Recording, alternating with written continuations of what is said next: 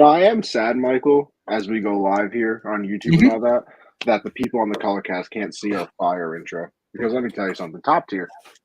Top tier. I mean, it really is legit. Like, I'm 35, almost 36 years old, and every time I see You're it, I about ancient, by the way. I mean, I am. Like, I'm ready to retire in sports world. So, yeah, I wish there was a way. Maybe Colorcast comes to that one day where they actually do come with a video that they got going on as well. But we're so happy for the partnership we got with them and where we can use that platform to do our stuff. Like, they don't get to see my beautiful cards that I have. I mean, Well, they don't have to look at you either, so they're lucky in all accounts. I mean, But anyway, that is true. My show tonight because I'm sick. I have a fever, waiting on a COVID result. Listen, let's hope that that's all negative. That's the only test I ever want you to fail. In fact, Michael, I had to get one just going back to school. I failed my COVID test, so I'm doing fantastic. Well, what do you mean you failed? I mean, like, how do you fail? Like you're positive. I don't have it, which means I failed. I didn't. Okay. I am negative for COVID. You failed the COVID test if you don't have COVID, Michael. Okay, all right. I guess so. I would think that you passed that test. Let's get it. No. If you pass, that means you have it. Nobody wants that. Okay, sure. I mean, tomato, applesauce. Who cares? Just started classes again today, and was supposed to start my TA gig tomorrow. Ooh, classes. What are we going for? Also, I sound stupid. I don't exactly know what TA is. There's probably supposed to be on it. Oh no. No. TA? TBH, Michael. TA is probably a actual important thing, not to be honest. Like, we have an action-packed show, by the way. Teacher assistant. Okay. My friend's a teaching assistant. My friend is a teaching assistant. My wife is a teacher. And you didn't even know that, so I don't want to hear nothing. Just to be honest, around here and where I live, there's not really any teacher's assistants. Like, that's not a thing. Actually, you guys can probably fit the whole town into the school anyway. Yes, we have one classroom that teaches kindergarten through 8th grade. You guys probably still have an outhouse. And yeah. I wouldn't be surprised, honestly. All right, Michael, we got an action-packed show, so we got to get this underway. Because, let's see, we got to talk about the Hall of Fame. We got to give our top 10 third basemen. Yes. We have to talk about the lockout. And we have a special guest later on in the show, who I have been absolutely pumped for. Like, I know we've had some other people and guests on the show. Dalton Cornett comes to my mind on here all the time, and just some different people, even TJ Antone, who I'm going to bust up a baseball card that I have sitting around here because he's my favorite baseball player. The Jesus Jr. we had on. So, I mean, we've had a lot of, and actually current baseball players on the show. But this guy, to me personally, where I am a father, I think actually puts the icing on the cake, if you will, for me. Like, this is really nice. I don't know if you know much about him because you're in that mid-age group where you may not know too much. And I'll be honest with you, I'm learning more about him too, so I'm excited about having him on here. I don't know if we should say who it is yet or just kind of wait until it gets there. What do you want to do? No, Michael. It's all about – see, Michael, let me give you a tip here as coming from a college student who's learning about this, okay? It's all about the build-up, okay? Okay. You can't give it away at the beginning because then people can tune out and then tune back in. And then join back Michael. in. No, Michael. We're going to sit here and force them to listen to our beautiful voices until the guest comes on. See, look at this. Lily already said, I'm already intrigued by your guest. I need to work on our guest game. You know what? Hey, we have been lucky. I've been pretty lucky, Michael, because we talked to some people on here. I've talked to some people on other shows. So, Trey Wingo comes to my mind. My best friend, Trey Wingo, follows me on Twitter, by the way. I've DM'd Trey Wingo. But yet he hasn't been on Backstop Banter. He's a football guy, Michael. I mean, he's Why Trey would I have Wingo. A football guy on it doesn't matter. A baseball show? It's Trey freaking Wingo. If he comes on the show and just says, "Hey guys, thanks for having me on here. My favorite color is blue. All right, have a good day." That's awesome. You know what? I could always work my magic and get Trey Wingo on again. Okay. Okay. Lily, you just heard him. He said he could work his magic and make that happen. Let's see it happen. Well, Don LaGreca, co-host of the Michael K Show, I've talked to. I talked to some people, Michael. I never can remember the guy's name that was the director for the 30 for 30 with the Mets. Oh, now you're gonna make me look bad. Well, that's because I wasn't on that show. I wasn't able to join you with that. It was just me. It was a wonderful conversation. Ouch. It's Nick something. It's Nick something. I can't remember because I know his ad name is like Saban. Nick Saban. No, it's That's definitely not Nick Saban. No. You're talking about yourself regarding guests. Listen, Willie. Here's a tip coming from little old me, who actually doesn't really know anything, who just talks full of like I'm tips cool. today, by the way. No, listen, I'm just saying. The only thing that you need to do is go on Twitter and at people. Does it take really? a while? Does it take a while? Maybe to get a response. But will you get 90% no's? Yes. I literally tweeted Trey Wingo twice, and he came up. And my tip, listen, if you ever want somebody you really want on the show, turn those notifications on and be like the first one underneath their tweet so they have a better chance of seeing it. I'm telling you, works like a charm. Works like a charm, Michael. But let's get into the show, all right? Because I want to talk about real quick. I want to ask Lily, what is your show, if you don't mind? Oh, she has a wonderful baseball show. Oh, nice. Well, we need to have her as a guest sometime. Yes, we do. Willie, I listen. When people join, I like to do a little stalk of the social medias, of course, because I'm always trying to connect with people. A big old Brewer fan here. Brewers. I talked to Lily. Talked to Lily a few times in the Discord chat. On our podcast, we got a few college athletes my friend knew, and I'm trying to get one of my friends who's in the minors on at some point. Hey, okay, see, that's all you need. Yeah, that's all you need.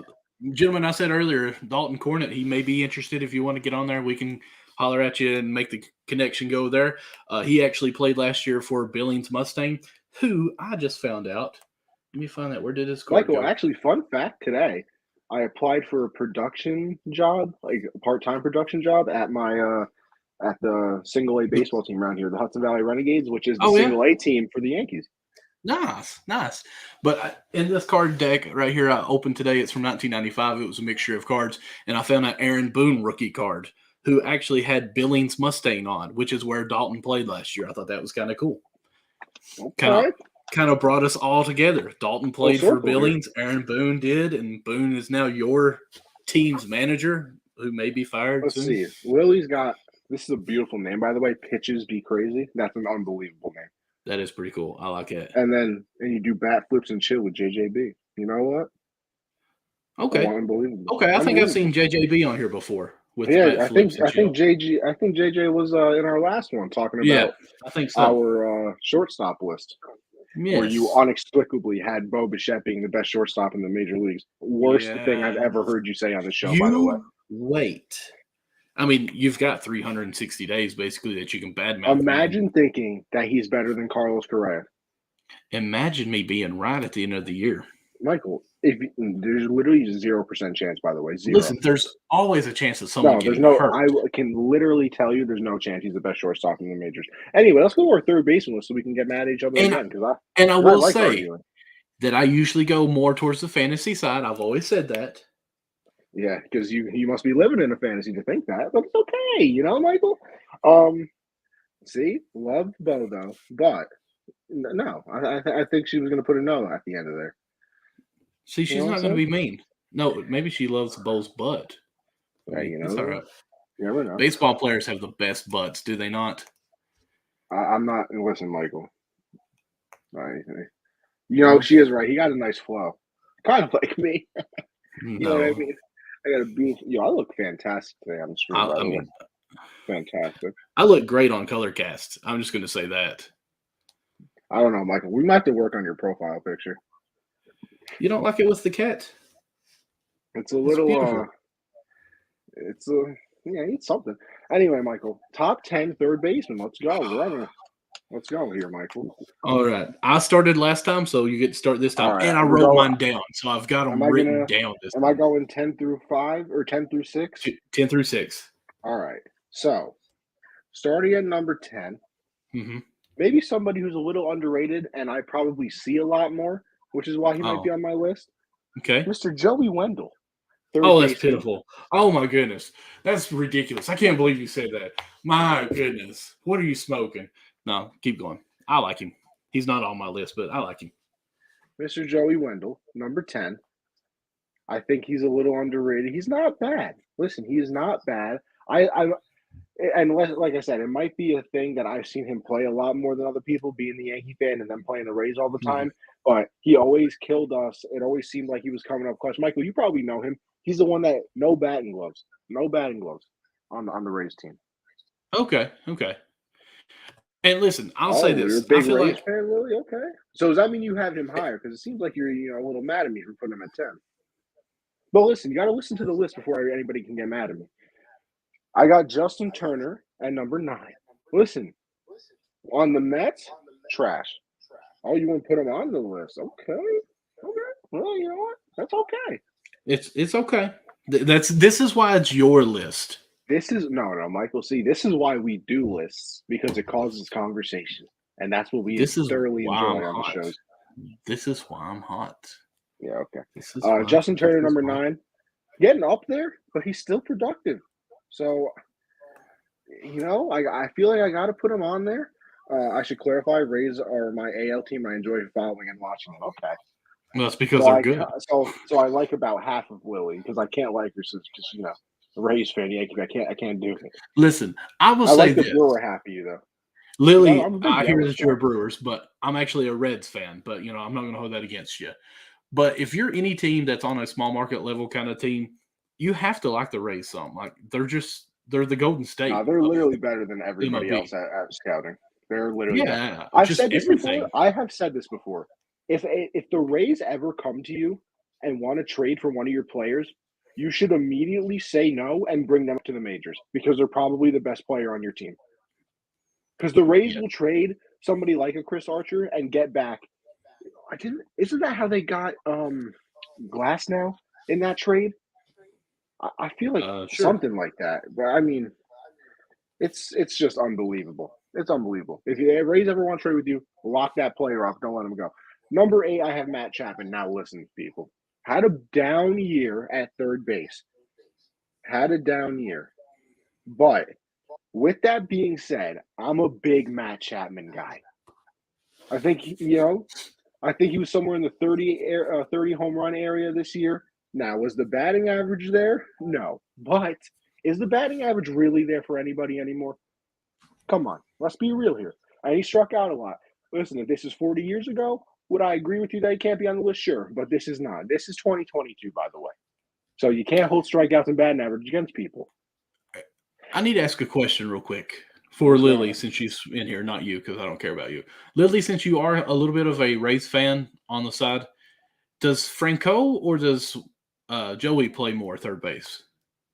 I thought Franco was their shortstop. He is, because they traded their shortstop to bring him up. They traded him to the Brewers, actually. That's a funny thing that you say. Okay, Wanderers shortstop. Okay. Brewer crew got Willie Adames got traded to the Brewers, actually, so they could bring out Franco. Anyway, let's see. That's 10, 9, 8. So number 7, I got Ryan McMahon of the Colorado Rockies. Now, I might have also put him on the second baseman list, and I'm not sure, because he played some different positions this year. But listen, it's hard to tell where these people are truly going to play. But he was on the third baseman list that I looked at, so I put him on here too. So I'm a big fan. I think he's going to have a bright future. I don't know if this was his rookie year or like one of his first couple of years. I don't think he's in the league, for too long. But yeah, and then number 6, before I hand it over to you, Michael, I have Yoan Moncada, because listen, I think he's an absolute animal, and I think he's going to be very good. I believe he was a little banged up last year, but he was like the big piece that who did they get back in that trade? That was the Chris Sale trade, actually. No, it can't be Chris Sale. Chris Sale wasn't. Oh yeah, he was on the White Sox. I lied to myself. But yeah. So I got Moncada there. Michael, there's a little echo somewhere. I don't know where it's coming from. I don't know if it's. I'm not me. It's probably I was telling from there, making a little adjustment. Okay. I'm just saying. All right. So 10 through 6, I got Wendell, Justin Turner, Matt Chapman, Ryan McMahon, Yoan Moncada. Okay, now here's my controversial list, because I love making them. So at number 10, let me get this. I don't know why caption always pops up on my screen anymore. Number 10, I have Matt Chapman. Number 9, I have Chris Bryant, who could play anywhere. At number 8, I have Rendon because I think he's a lot better than this, but I think him not playing last year, I can't really have him up that high on my list. Do you have him higher on your list? I left Rendon off my list. Listen, Okay. I love him when he plays, but the past 2 years he's been hurt. I can't put a guy on the list and who see, hasn't on played. the list that I was, a couple lists that I looked at, Michael, they had him at like 403. I think we can both agree. The only player that's allowed to be on the list, even though he doesn't play, is Mike Trout. Mm-hmm. Only person that's allowed. Okay, somebody's chimed in here and said they don't know about Rendon, dude. Okay, Rendon, we're saying that he is a great player. Like last year, preseason or spring training, I was saying the Angels may be ready with Ohtani maybe taking that step, Mike Trout being the guy, and also having Rendon there at third base. But he played like 10 games, so, I mean, we can't really depend on him. So I'm backing him off a little bit. Not that he's not capable of being higher on the list, because you look at any list, he's probably way up higher. But until he shows that he can play at least, I'm going to say 100 games. I don't know how many he was out, but it seems like he was out most of the season. Oh, no, I can't put him up this higher. year? Yeah. Like, I thought he only played maybe 20 games. Yeah, honestly, 20 might be too many. I don't know. I can look it up, but I know he did not play a lot. All right. So at number 7, I'm going to try to say this name because you know how I am with my country voice anyways. Nolan Arenado. Did I say that right? See. Oh, brother. Here we go. I've got him at 7, and then at 6, I've got your man Machado. Did I say that right? Moncada? Moncada. That's how it was, not Chada. I'm putting H in there. Guys, if you'll listen to the show more than just now, you'll realize I am from Eastern Kentucky, and I've got a hillbilly accent. So these names, it's very hard. The English language for myself is difficult. So just bear with me. As this guy, guys, you should have heard him trying to say DJ LeMahieu when we first started. Oh my goodness!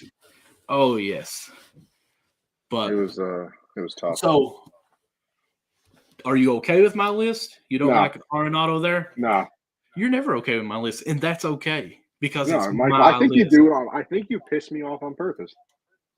I think that is literally your goal. Never. But here's the thing. What did I say? Michael Box? I don't know.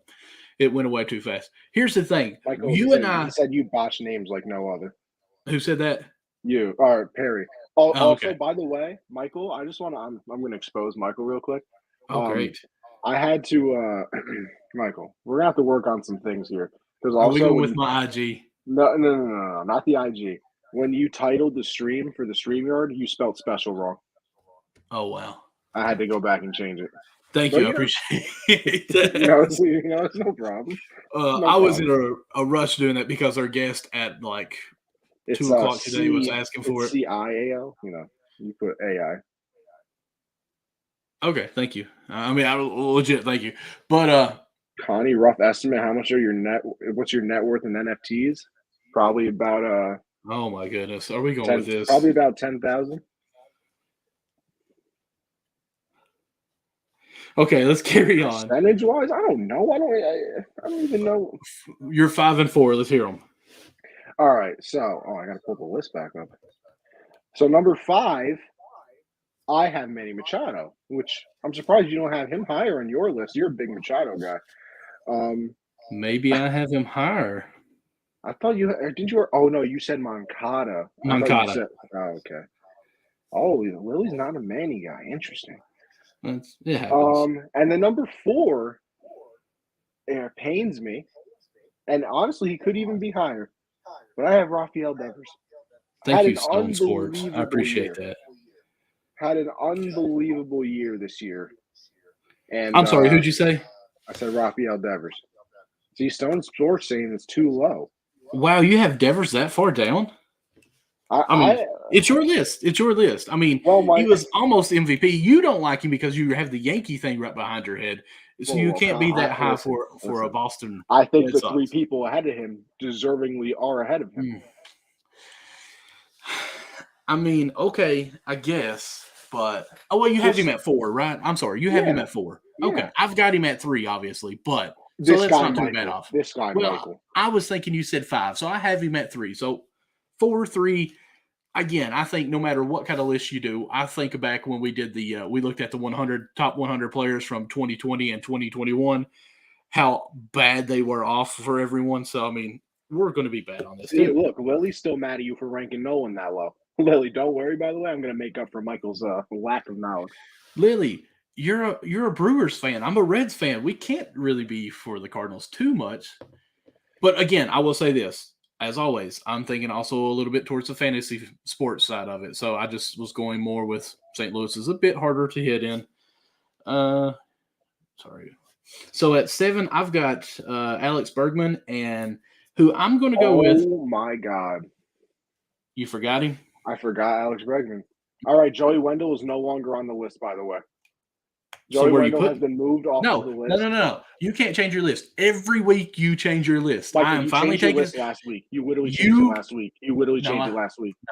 No. Yes, you did. It. Michael, you thought Trevor Story was still on the Rockies. You corrected my special in front of everyone in live TV and audio. I am not doing it. No. It is not Joey allowed. Wendell, you've been moved off of the list. Alex and Bregman. At number 4, back to me, I've got I'm going to try to say this name. Oh, here we go. Brian Hayes for Pittsburgh. I think he's going to have a good year this year. That's about the only thing until they trade him. Okay. That's a name I wasn't expecting. He didn't make the list, by the way. Well, he should have. Alex Bregman does make my list, though. So I'm going to put him in the number 4 spot and move everybody else down 1. I'm going to go ahead and say my 7. It's 3. It's Devers. So I already said that. All right. My number 3, see, Austin Riley. Yeah, Mr. Brave over there. Austin Riley had a big old breakout year this year. I think he batted around like 302. He was playing unbelievable. So I got to have Austin Riley here. That's why, listen, Stone Sports, everybody. That's why I had to move Devers down to 5. I put Bregman up at 4. And Austin Riley staying at 3. That's good. Honestly, I forgot him. And I'm not going Stone, to how dare you? How dare you? Austin Riley was unbelievable this year. Devers was very good too. Bananas. All I can think of is that song. Bananas. Hey. That was my time too. So at number, where'd you go, 2 or 3? I went to 3. You want my 2? Mine is Manny Machado. You're number 2? Number 2. Okay. Who's your number 2? My number 2 is Jose Ramirez. Ooh, okay. Who do you have at 1? That's my number 1. I have the best third baseman in baseball, number 1, Nolan Arenado. Oh. Okay. This man's won like 9 Gold Gloves in a row. Okay. I mean, it's good. And he's a power source. I mean, come on. What are we doing here? I've got him at 7, and I'm happy with that. Michael, 7? Hey, he's a stud. Player. Beautiful, talented. Boom. Lily's fangirling over Arenado too, by the way. No, man, it's okay. It happens. But he's a great player. Don't get me wrong. And of course, I mean, it's top 10. It can always change. That's the thing. Like your Devers. There can only be 1 top 10. Correct. You already changed yours. I'm saying, in the first 60 games, we could look back at this list and be like, oh, wow, what are we talking about? Ooh, somebody just pulled a Bo Bichette rookie card. Love it. Hey, there's my boys Haynes that they just got. Hayes. I said Haynes. All right. Listen, it's officially time for you guys to vote. Whose list was better, mine or Michael's? It doesn't matter. It's our list. Matters. I think it matters. I want the people to know whose list was better. All right. Both kind of. Lily. All right, fine, Lily. If you don't drop your top 10, then. She guesses me. The disrespect I feel in my veins right now. You know what? Hold up. Well, pulsing. No, I probably won't. Pulsing through my veins. Well, you know what? I'm going to say this, Lily. I'm sorry. You better enjoy Rodgers as long as you can because he's leaving. See, Lily got a fever too. Can't come on the hot seat or nothing. I need a typed out top 10 list right now saying are terrible. Disgusting. Lawson disrespected Rafi less, so I pick him. Thank you. I didn't want your vote anyway. I didn't even want it anyway. See, Stones, I'll take anybody's vote. I'm okay with it. But I know it's not if you win or lose, it's how you play the game. My goodness. She said good. Listen, the fact Arenado at 7 automatically disqualifies you. Just like last week. Just like last week, Bichette at number 1 disqualified you immediately. It's okay. It's okay. Like, some of us are right. Oh wait, your best first baseman was Guerrero. Do you remember who your best second baseman was? I don't. I think I still have my list. Oh, I lied. I don't have my list. Have we done second basemen? Because I only have first, short, and third on my list. But isn't this our 4th one? Yeah, we did second base because we were doing some that were second and short. We're like, I'm not really for sure where we're going to put them. Damn! Now I gotta try and find this list of who I had. Maybe I just didn't write it down. Very possible. I like to wing things. You know what I mean? Yeah, I do. Unfortunately, Michael, I'm clearly better. Lily voted for me instead, and Stone's Force's vote doesn't even count. Obviously, I'm throwing it out.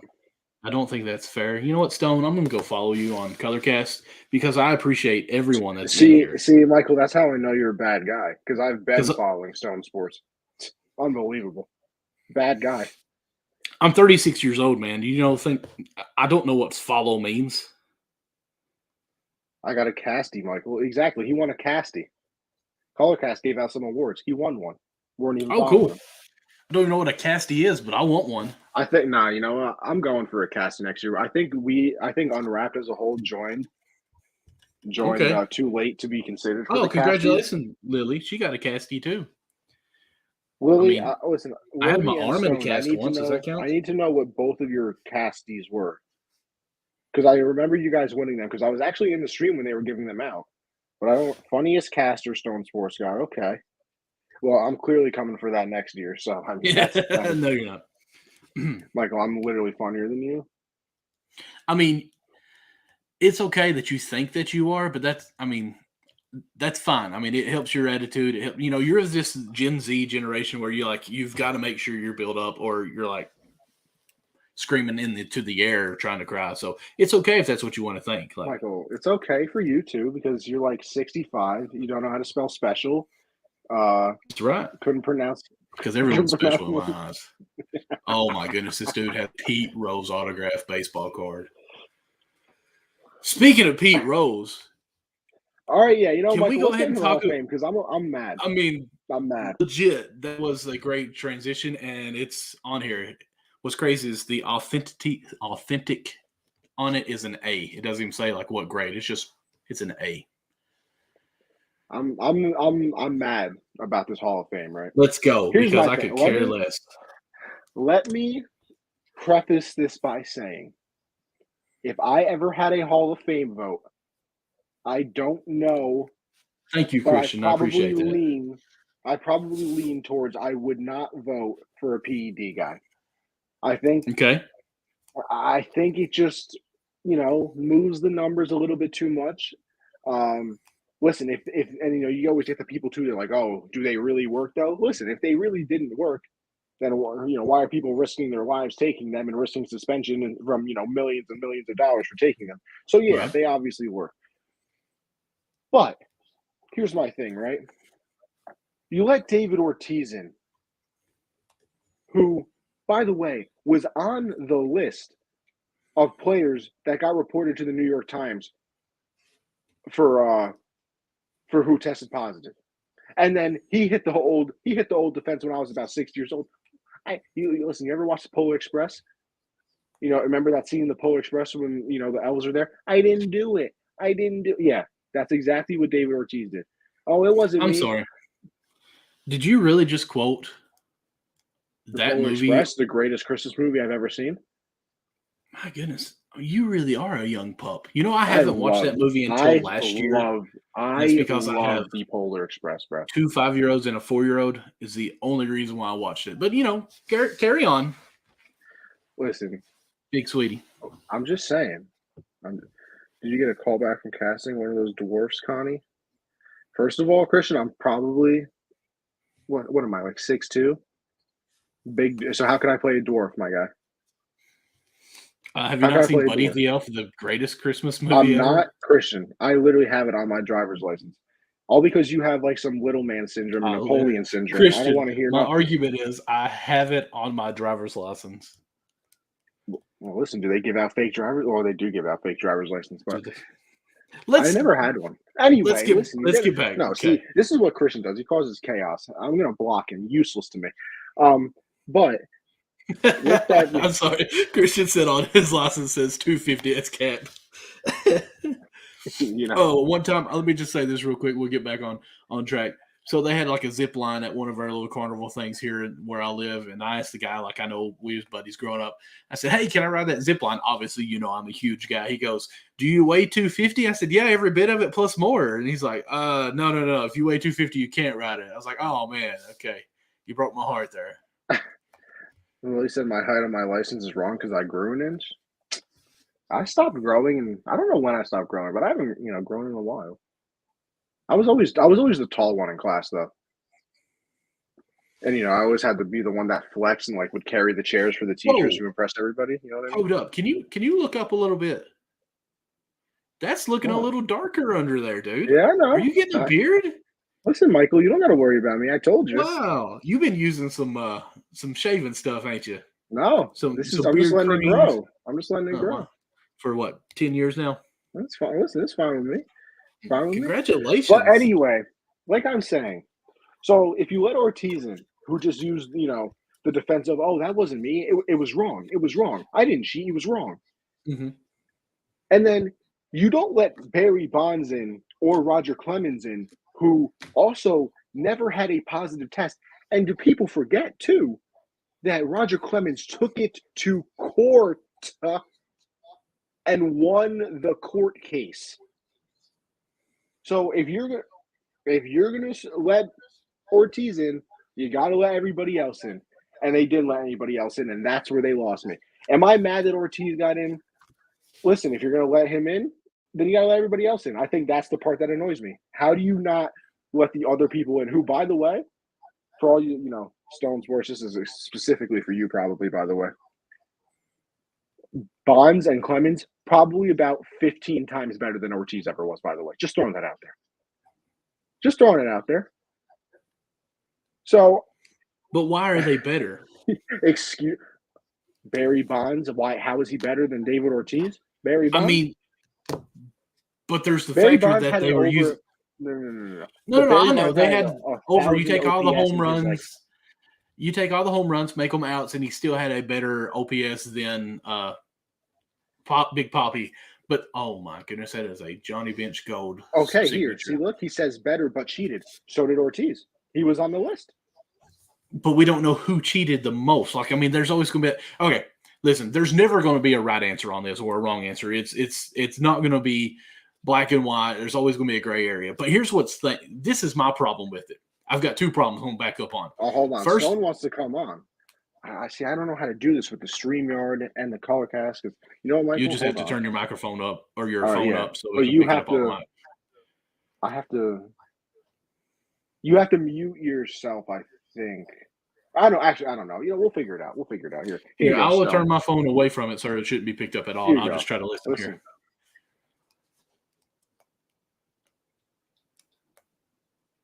Stone. This is absolutely insane. This is absurdity. I don't know what you're talking about up here, Connie. I understand Barry Bonds in 800 home runs. I understand they both got popped with steroids. He didn't continue to do it. I'll give you took steroids one season. They have to. I'll give you that. It's 58 home runs, whatever year that was. I don't know it off the top of my head. I think it was 06. Definitely did steroids that year. But to compare him to Clemens and to compare him to Bonds, who continuously use them throughout their career, Barry Bonds should be in the Hall of Fame. Clemens should be in the Hall of Fame. But it's like everyone, it's crazy to me that everyone is using Ortiz as like, oh, Ortiz got it, so Bonds and Clemens have to get it. Now let's throw everyone. Okay, but they have the common denominator of being a cheater. They have the common denominator of cheating. That's my argument. And I get that, but it's like apples and oranges.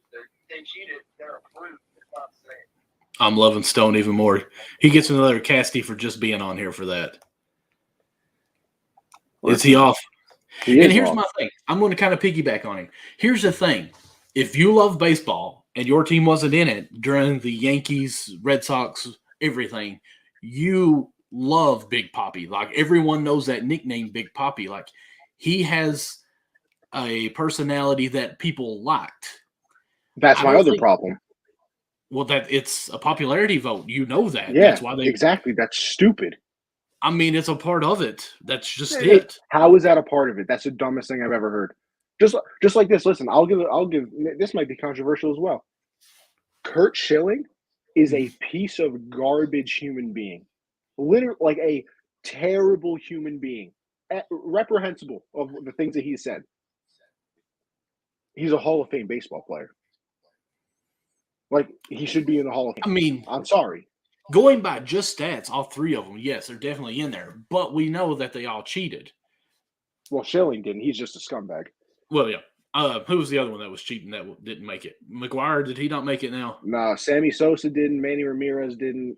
A-Rod hasn't, obviously, yet. So, I mean, we've got these cheaters. And even that, like, I don't know why or how or try to be disrespectful on this at all. I guess I need to bring my phone back so they might be able to hear me too. Is that it's almost like the media and just the writers are almost made a good guy, bad guy on the steroid part of it too. Because even back then, everyone loved Sosa. No one could stand Mark McGuire when they both came out cheating when they were racing. Like, everyone wanted Mark McGuire not to do it. Everyone wanted Sosa to do it, even when he cheated and had a cork bat too. But we forgave him so fast because he was a popular player. So I'm not saying no one should be in. I can't believe he's in because that person made it, no one else. Papi's in because of who he is as a personality. Like, he was Major League Baseball for a while, and everyone loved it. That's why I think he got in. Am I saying it's right? No, but I think that's why he got in. Popularity, and people loved him. Absolutely loved him. All right, well, Lily brought this up, right? What the Hall of Fame says. Voting shall be based upon the player's record, playing ability, integrity, sportsmanship, character, and contributions to the teams on which he played for. The player played for. So, our contributions. There you go. That's wow! Did someone ask for Lily Snap? This is true. Which they haven't always followed it, and that's my thing. Ortiz was Boston for 15 years. Yes, there are some bad people in the Hall. Well, yeah, because let's just forget Pedro Martinez and Dustin Pedroia and all the players that made up that team as well. I mean, who needed them? Oh yeah, and let's not mention that. Let's not mention that Ortiz was absolutely a nothing player on the Twins, and then got to the Red Sox, and all of a sudden was magically 10 times better. But he only did it for that 1 year, right? Does Barry Bonds have a nickname? I have no idea. Oh, okay. Does Curt Schilling have a nickname? So we're doing this based off a nickname game, really? No. The Hall of Fame is based on a nickname. It says popularity too. Like, it's a part of it. Like, you have to like them before you're going to vote for them. Michael, it's part of Michael, it. Where does it say popularity? Okay, it doesn't say the word popularity, but it said sportsmanship and all that whole 9 yards. Nobody liked Barry Bonds. You already said Schilling was a horrible teammate. Character, that's kind of popularity. If you have good character, you're going to be popular. See, Lily said, Michael, what is this argument? It's terrible.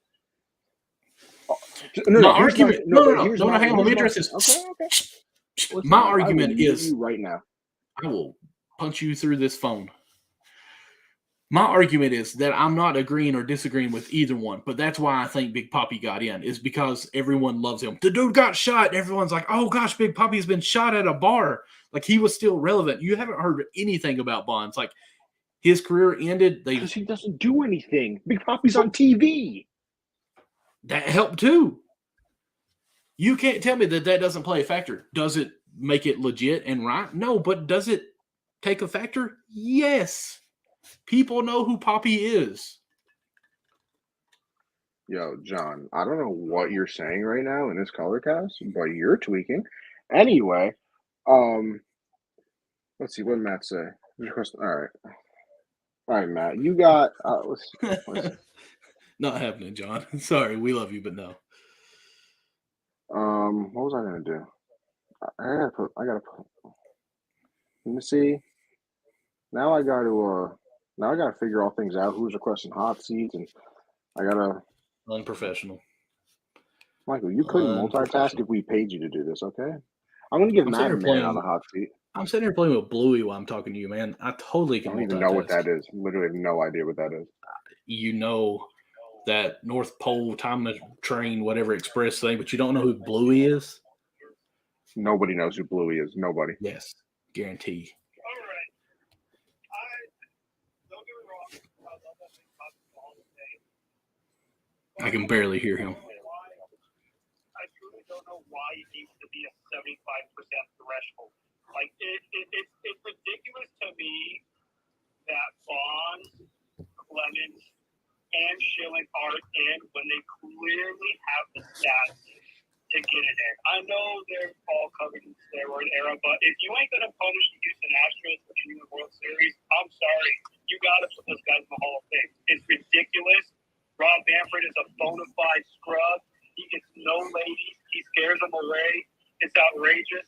Manfred needs to let these players in ASAP. And also the LB writers are pure bums when it comes to voting. It's pathetic. I mean, hey, listen, the voting system. Am I going to let you, John? You're out here hitting on people in my color cast. No, I'm not letting you on. No, John. Just keep hitting the heart button, and you hit the heart button 200 times, then we may let you on. Yeah, okay? facts. Get me up to 350, and I'll let you on. But look at that. Now the hearts go up all of a sudden. Now everybody wants to support the show. Now people want to support the show. Oh, we love you, John. Keep trying, man. Your shot's been shot. And it's McKembe to Tumboed. Anyway, see, but the whole popularity argument is stupid. Maybe so you are a little funny.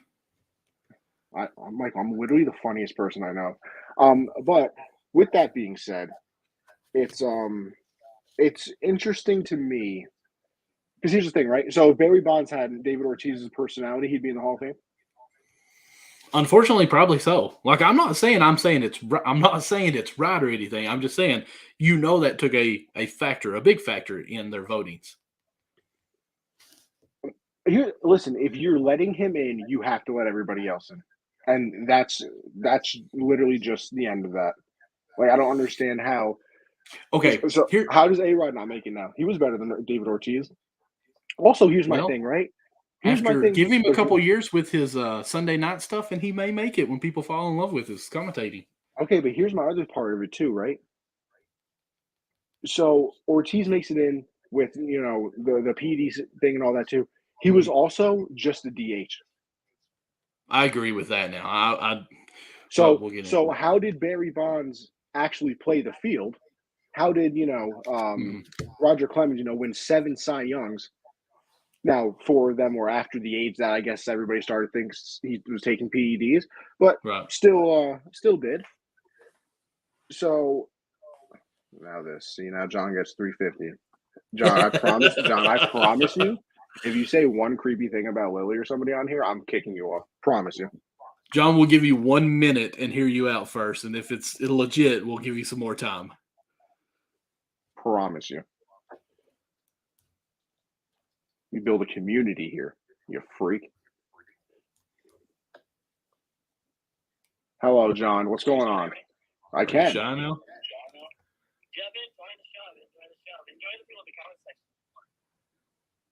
Okay. I can't hear you. This is true. Okay, we're good. Saw some Big Poppy. He's been my favorite player since early middle school. He gets in no matter what. First ballot. Yo. First ballot? I wasn't even talking about it. Oh, look at this guy. Look at this guy getting in trouble. Oh, be quiet. Oh, look at this guy.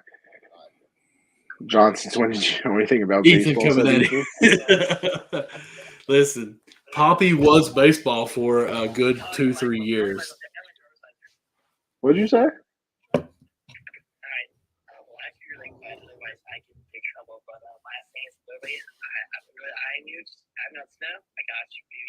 Yeah, all right. See? And Where you lost me. Where you lost me. Anyway. I'm sorry, Lily. She said, oh, Christ. But yeah, Michael? Actually, another question: when is our guest actually coming on the show? He said it'd probably be around 11 o'clock our time. So hopefully in the next 10 minutes. And I told him if no rush on that, it was fine. That was your dorm advisor. Look at this guy, John. Dorm. Still getting in trouble by him. That was definitely his mom. Can confirm. Do we want to go ahead and jump in? Because here's my thing. Let me say this first about this whole ballots and everything. Not one person was really batting for Bonds or Schillings or any of these players in the years past when they were on it. Now, all of a sudden, they get shut out of it. I would say 90% of the people that are saying stuff that they belong in there were not saying anything last year or the year before. You've been looking at the wrong stuff. No. Here in Kentucky, where I'm at, no one was ever saying Bond deserves Michael, nobody even knows where Kentucky is on the map. You better. I mean, you have cows too, man. Come on. But see, look at Willie saying what? Bro, people have been trying to get Bonds and Clemens in forever. No, around here and from my little string of social media, everyone's like, record-wise, yes, he deserves it, but steroids, no. Matt said here in Kentucky, famous quote. That's such a fact. That's such a fact.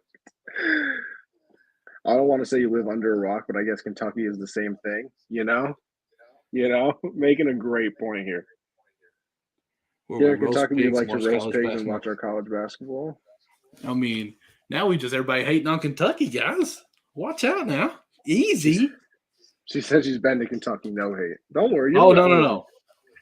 You don't gotta make it up to him. Nobody goes to Kentucky. No, I'm already hurt, Lily. But what part of Kentucky have you been? If you don't, you're either forced to go to Kentucky or you were born there. There's no in between. Kentucky's actually a beautiful state. No lie. I got New York, bro. I'm chilling. Yo, Michael, tell me how our weather report, by the way. Hey, listen to this one, right? Supposed to get 2 to 20 inches of snow. 2 to 20? Yeah. That sounds like the way they do it around here. Because where we do have a lot of mountains and stuff and just can conflict with the storm. They're like, okay, right now at 7 o'clock, it looks like you guys could have 1 inch of snow. And then in an hour, it's like, now it looks like you may get 9 inches of snow. That's simply not true. By the way, John, everybody loves New York. Okay, Lily, sleeps, I will say everyone in Kentucky kind of thinks Louisville is just a part of Indiana. Like, we don't even really care about them too much. But it's a beautiful city, too.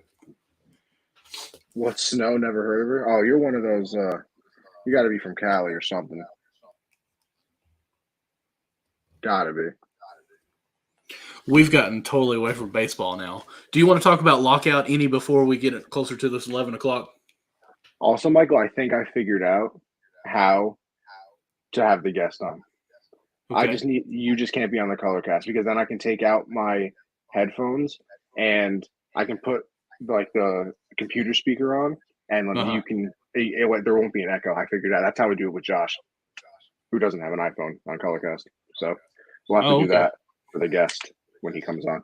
But shout out to the hometown Green Bay Packers. Well, we have an echo where see, listen, I heard it, but I wasn't going to correct you because I know how it feels to be corrected. No, yeah, but when he comes on, we'll just have you if you leave the Colorcast, I'm gonna take out my headphones and then everybody will just be heard through my computer speaker, but it won't pick back up through my mic because it'll be low enough that the phone can hear you, but the mic won't. Okay, sounds good. Just trust me. It's all good, man. John is a red flag. John getting rejected on and off the basketball court. This is fantastic. Do we want to talk Lockout? Yes. Michael, you've actually been a little bit on it more than me. I know that they have met 2 days in a row, but do you know any of the specifics and things like that? From what I've been keeping up with, they did meet, I think, 2 days ago, and they were kind of good news. I'll say that. Oh, wait, here we go. Let me first get Jimmy's comment because this is on our live stream, guys. Jimmy's in our YouTube. Appreciate it, Jimmy. He lives in Louisville. He said, by the way, people from Louisville hate when guys compare us to Indiana. It's a whole different world when you come across the bridge. I agree, but that's what we say down here in Southeast, that Louisville is Indiana. But me and Jimmy, we can bicker back and forth a little bit. How do I We're in cast high with school together. my friend in the same room? Will it be an echo, or do we just use one phone? I would probably use one phone. Yeah. Unless you guys are like, unless you're sitting in like two separate rooms, because then you can just throw AirPods in or something like that. But if it's in the same room, I'd probably just use the one phone and make it easier. See, color casting tips 101. Especially if you got a mic. I don't know if you use a mic on your phone. I don't. I just got it. You know what, Michael? I actually did buy a mic for my camera, but it can also attach to my phone. I haven't used it yet because it's just too many things to try and worry about. Right. I started to do it too because I thought it would take out the echo. Just pin a little lapel mic on me for the color cast and keep on going with this, but I didn't know if it might pick up feedback from each other. But back to the lockout. So they met 2 days ago. Nothing major happened, but they chose to come back a second day. To me, is actually very good because I am gasping at straws here, just trying to get anything that's good.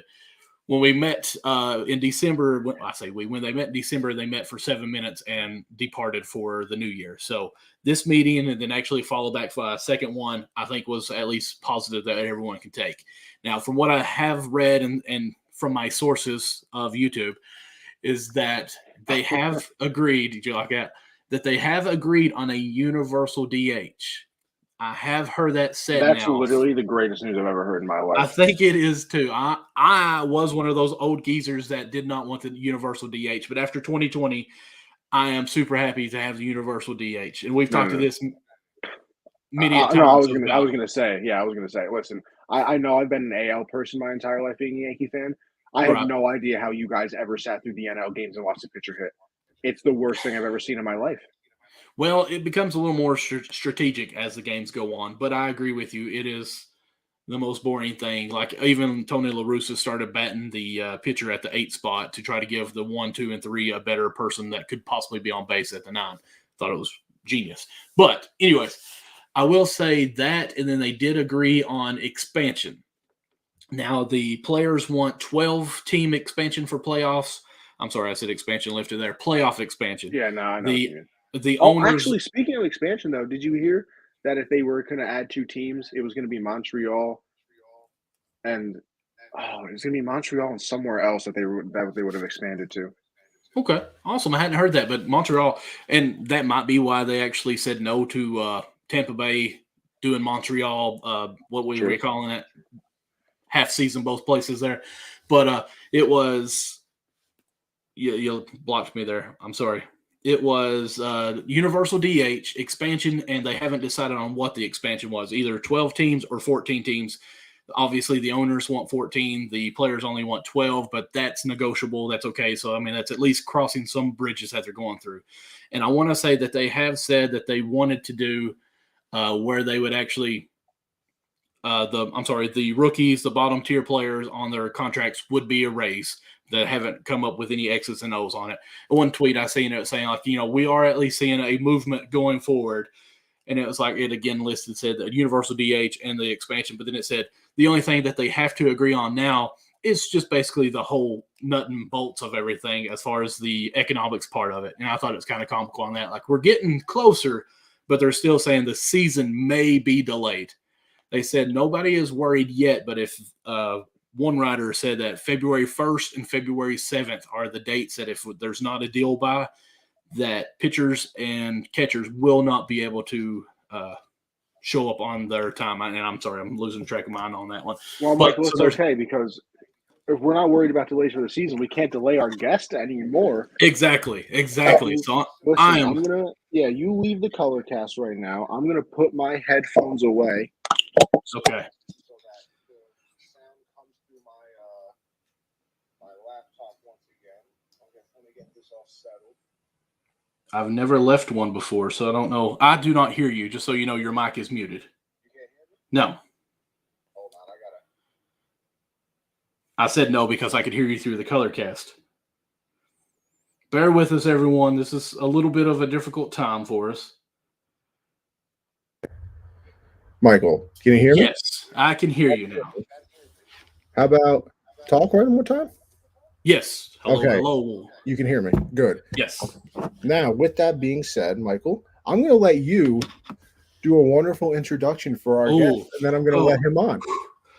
I'm a little bit nervous about this, okay? But we'll try to get through this by the grace of our better looks that we've got going on here, right?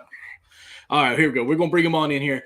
Guys, I get the pleasure to introduce one of my icons on my TikTok that I get to follow and watch and see what all great content he comes up with is Coach Ballgame. Now, obviously, that is not your real name.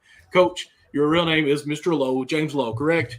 Correct. Hey, fellas. Yes, Thanks good. for having me, man. I am so excited to have you on here. I just got done watching with my son. My wife and my two girls went to Walmart to go shop it a little bit. So my son and I got to cook supper today. We made chicken patties and French fries. But while we did that, we had somebody on the YouTube, and he was called Coach Ballgame. We were sitting there watching it. And again, my 5-year-old was sitting there loving. He kept looking at me and saying, "What is attaboy?" I said, "It means like good job. You know, you did great." He goes, "Attaboy means that." So while we was at supper, I kept on saying it probably 5 to 6 times to him, and he kept looking at me like I was crazy. But I love seeing what you do. I've watched some of your YouTube channels and love just your content. One thing I fell in love with, what really wanted me to reach out to you, was hearing you talk about how bad of a coach you used to be. And, you know, Connie looked at me kind of funny. First of all, I'm Michael. That's Connie over there. Thank you for joining Backstop Banter. But if you'll notice, when we talk, I am ADHD as all get out of. You just have to overlook me. I just get it and go. Yeah, we try to avoid Michael on the show as much as possible. But I really enjoyed that bit that I got to listen to, just about how you used to be a bad coach and how it took you so many years to realize what you needed to do. And my dad always coached me growing up. He coached my basketball teams from grade school. He coached every year, or at least helped, if not the head coach, in baseball as I grew up through minor leagues and all that stuff. And it really made me take me back when you were talking about how your dad would sit beside you and not say a word. He said, and that was more when you thought about how you should be a coach. So before we get into all that, let's hear a little bit about your background coming up baseball. What made you who you are now, if you don't care? Well, Michael and Anthony, thanks, man. Thanks for having me, and thanks for pushing your time back. Pleasure. You know, I'm on daddy duty when I'm not on baseball duty, so appreciate you working with me there. Yeah, I'm a North Carolina boy. Okay. Where are you from, Michael? Why do you ask me? Because it's the accent that you hear. Because I'm hearing some North Carolina or some deep South. No. Whoa. Sorry. Whoa. Sorry, was it South Carolina? Where are we looking? It's Kentucky. Ooh, it's Kentucky. Okay? There it is. Sorry about that. Better blue. That's too bad. Too bad. Now that you say you're from North Carolina, are you a Duke fan or a Tar Heel fan? Tar Heel fan. I got 2 older brothers. One's an NC State fan, and then me and the middle brother are Tar Heel fans. Okay. And yeah, we don't have any Duke in our home. We can continue. Yeah, we can continue. Michael Jordan and the list goes on with the Tar Heels. But I grew up in a one-horse town in North Carolina, and I had 2 older brothers who, along with my dad, taught me the game of baseball in the backyard. And we would always invite our neighbors and friends over, and we were just playing backyard baseball and football and soccer and any sport we could get our hands on all the time. And Mom did everything else. She taught us how to be good people and how to do our own laundry and just how to be a good human. But from North Carolina, went to college at Brown University, played 4 years there. Absolutely loved it. It was way different than Franklinville, North Carolina, going to the Northeast and meeting people of all different ethnicities and cultures and religions, and it just opened my eyes big time. And it really, it gave me, it pushed me to question everything, at least just question everything I see. And when I think when you do that, it makes you choose kindness more than ever. So I loved it. I still have great friends at Brown University. We have a text thread and just good buddies that I will be friends forever. From Brown, moved to LA, where can I ask you a question about Brown real quick, if you don't mind me interrupting you? Please. Is there something that I've heard about, like pink pants, standing on a roof maybe with fire alarms going off? Does that ring a bell to you or anything? That's probably true. Yeah. Okay. I sowed my oats for sure at Brown University. There was lots of pink pants. I don't party or I haven't had an alcoholic beverage in about 8 years, but I got it all in at Brown University. Okay. And I just enjoyed having fun. Like me and a pitcher and a catcher, we formed a band. So we would play baseball and then we would go and we would play music. And we were like the hot cover band in college. So there was just lots of fun to be had. But yeah, I'm sure that story is true among many others. The funny thing is, I don't remember more than half of them. I gotcha. I just seen something. I want to say it was on the Fox Sport News, and they were talking about 2017 was the article about some of your players were running out of the building, and then they noticed that you were standing on top of the building. And like tank top, tank. Now it's all coming back to me. Yep. So we had our big roof. We had a little rooftop area there, and I guess there was a fire alarm going off, but I didn't hear it. Maybe I had my headphones on or something. So I'm up top, and I'm usually up there with a couch, listening to Rod Stewart and just sunbathing. So yeah, that's a true story, and there's many other stories that will be for another time. Gotcha. All right, so after Brown, carry on. I'm sorry I interrupted. So one of my bandmates, who was also a baseball player at Brown, he was doing some Little League camps in Los Angeles, and I loved theater arts. I loved music. I loved creativity. I loved baseball. So I thought, well, this is perfect. I can just drive across the country like Brad Pitt with my $300 and my old Toyota Corolla, and I'll coach baseball with my friend and play music and see what happens. And here I am 17 years later, still out here in Southern California. But it was a journey. I mean, I waited tables for a decade. I did some auditioning for TV and film. I played a lot of music, played a lot of golf, did a lot of substitute teaching. But the through line for the last 2 decades out here in California has been coaching. And once I met my wife, and she kind of pushed me into this, she gave me the much needed shove into Coach Ballgame. I was fine just kind of helping out my buddy and things like that. And she's like, right, you need to do your own thing. And so this Coach Ballgame thing, I'm able to marry all my interests. I can put a drum in the on deck circle, and I can write songs about baseball and sing it to the kids. And, coaching kids is all about entertaining and engaging them. So being able to kind of put all of my interests together into one thing and call it a job is super fun. So it's exciting to show up to work every day.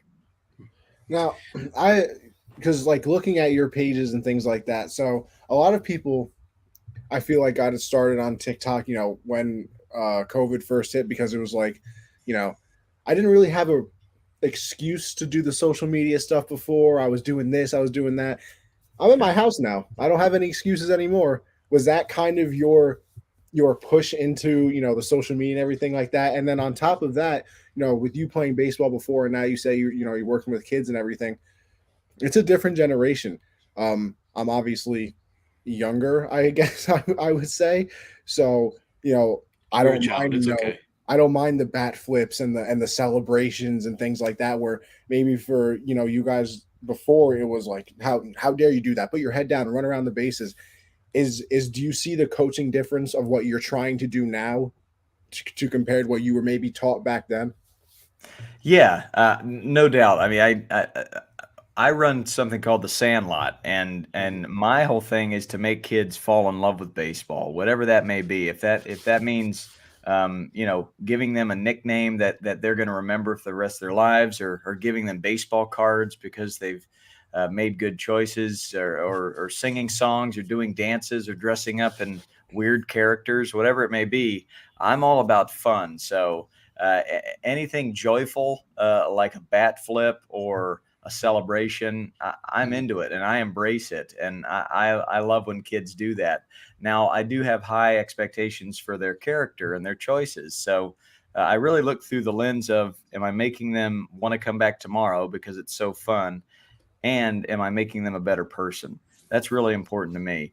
The wins, the losses, the skill development, that will come way down the road. But I'm coaching a lot of first timers. So it is all about fun, and however I can engage them, if maybe that's a poem or a drum, I'm going to try and get them to come back tomorrow because it is so fun. So I embrace all the new all the new fun that is baseball.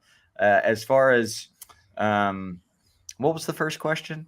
So, like, a lot of people, I guess, didn't have the excuse, if you want to say, to go into social media. Social media, then, COVID happened, so everybody could. Me being an actor and a writer and a musician, I mean, social media just made sense. It's like, instead of having a director film me, I just put my phone onto a stand, or what the way it started is, I used to take this phone and I'd put it up against a bucket during my water break, and I would just interact with kids, and I would ask them questions and trivia questions, and just have little chats, and then do some skill stuff.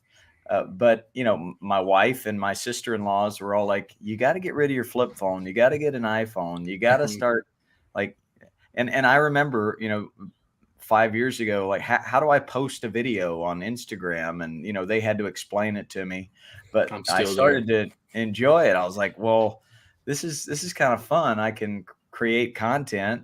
And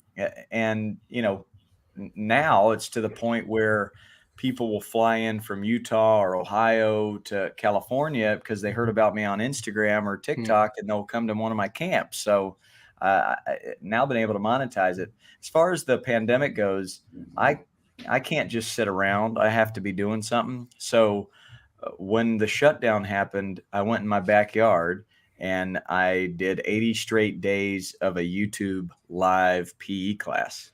And I did that every morning. Wow. And it just started with my local kids in California, and I'd done some camps in North Carolina as well. But then I started to see people from Washington and St. Louis and the Northeast and Dominican Republic and Europe start tuning in and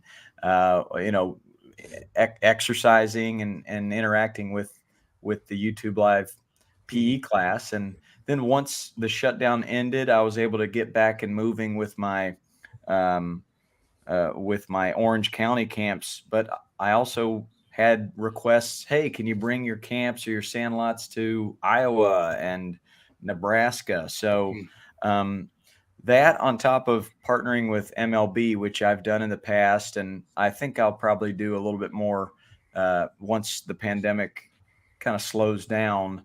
I've been able to hit, like 20 different states, and I've got 22 new cities coming up this year that I'm going to hit, where I'm just going to bring my drum and my guitar and my heartbeat and give these kids nicknames and tell them stories about Roberto Clemente or Jim Abbott, and just give them a fun day on the baseball field. So it's nice to see the message, and a lot of it thanks to the phone and the TikTok and Instagram and the YouTube has gotten me there. I will tell you a great story. Last year we went on a summer tour. Me and my wife and two kids, we flew into Iowa, and we did the Field of Dreams sandlot there. I ran a sandlot there. Then we drove to St. Louis, drove to Chicago, over to Pennsylvania, and finished up right beside Yankee Stadium in the Bronx. Damn, I was so close. I should have came. I know, you were right there. You could have. And the boys at John Boy Media came. They're my buddies, and they came and all the kids just loved that. But it wouldn't have happened if it wasn't for this random phone call. I got a phone call from an old lady, and she said, "You don't know me, but my husband just just lost a long battle with cancer. He was a teacher and a coach for 50 years. And before he passed away, he had watched some of your videos. He watched your documentary, and he really loved what you do, loved what you're about. And in lieu of flowers, he wanted to raise money and send it to me. Wow. And so I was like, is this a prank call? This has to be it's real. And I got on the phone with her son and her daughter, and they're like, there's no catch here. This is what we want to do. This is what Dad wanted. He loved what you're about. So $20,000 later, like I'm getting Venmos from these people, just family and friends of this man. His name's Dave Schreckengast, and they called him Buppa. So we created this Buppa scholarship where we just put all that money into a scholarship, and we didn't know what to do with it because it was a pandemic. Like, what do we do with this? Maybe go to LA and run some camps or sandlots in the inner city. But I kept being pushed to take this message of the sandlot of make baseball fun again and build kids' character and create kindness. The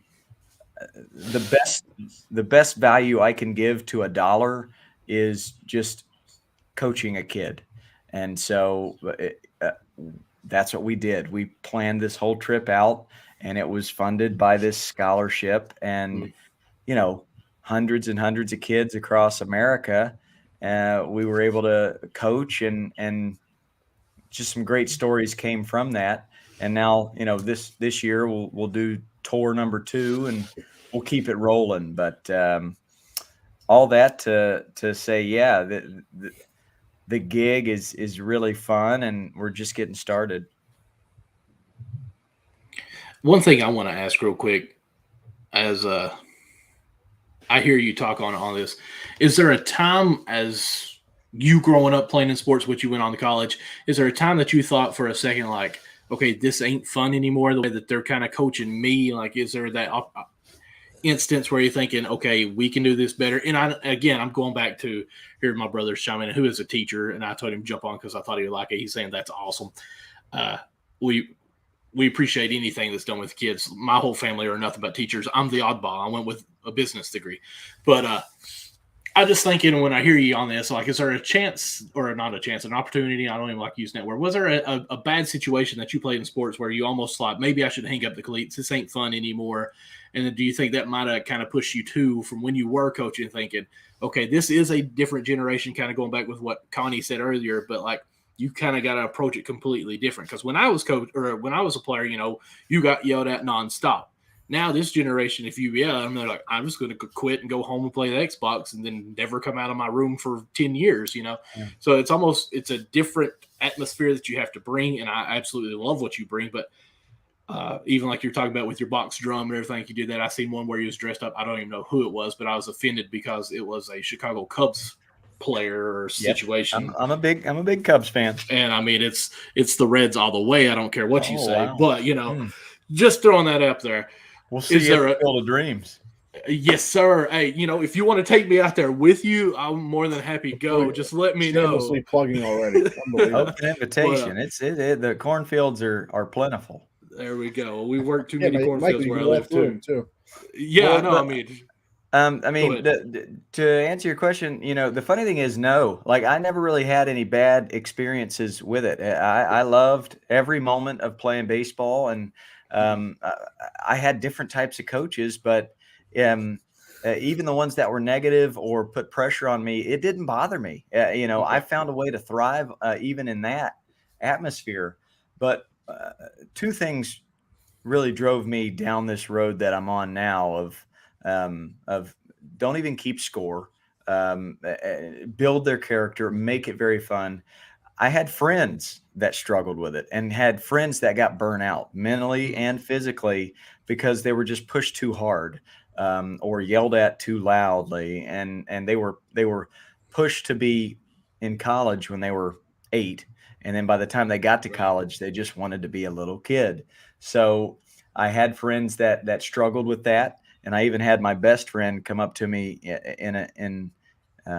I was in the on deck circle, and he was just about to bat. And he's like, "How are you so clutch, James? I've never been clutch." and he had a dad that was aggressive, and I didn't know the answer now. I mean, I didn't know the answer back then, but now I can. Well, my dad just sat out in the left field, past the outfield fence, and I never heard a word. And anytime I did hear a word, it was just like very even keeled. Whether it was 0 for 5 or 5 for 5, he was cool with it. So I wasn't afraid of the big moment. I actually liked the stage, whereas he knew he was going to get yelled at if he messed up. So he was afraid of that moment. So that started to get me thinking down the line there of that. When you're applying that kind of pressure to even a high caliber player, it's detrimental. And then I had 3 instances where kids came up to me. One said, "Coach Ballgame, I'm going to give baseball one last try. I've had bad experiences with it. The coach was yelling at me, and when we lost, it was just very sad." And I said, "How old are you?" He said, 5. Oh gosh, 5 years old, and you're going to give baseball one last shot? Something's wrong. My 5-year-old still wets the bed.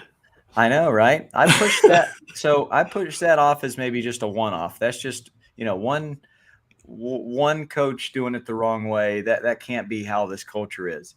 And then another kid came up to me, a 7-year-old, and said, "My travel ball baseball coach won't let me play soccer because I have to play year-round baseball." And this kid's 7, so he wanted to play baseball with his friends. He also wanted to play soccer with his friends. So he was noticeably sad. And I'm like, okay, something's off here. And then a third kid comes up, and the parent is with him, and the parent's like, "Could you start your own little league? Because my kid he's freaked out by tryouts. He's afraid of going to a little league tryout. There's so much pressure. There's all these players that are more experienced than him, and it's just he almost had panic attacks."